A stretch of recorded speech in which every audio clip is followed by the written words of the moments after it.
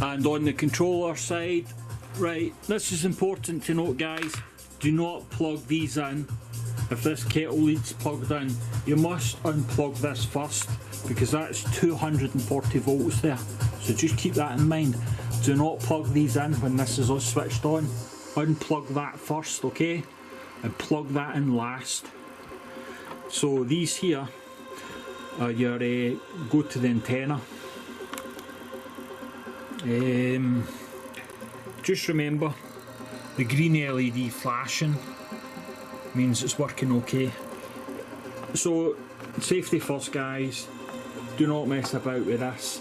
That's 240 volts coming into there. I don't want anybody to get electrocuted.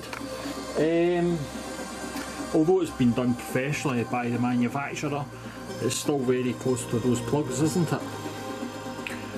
Yeah, so just keep that in mind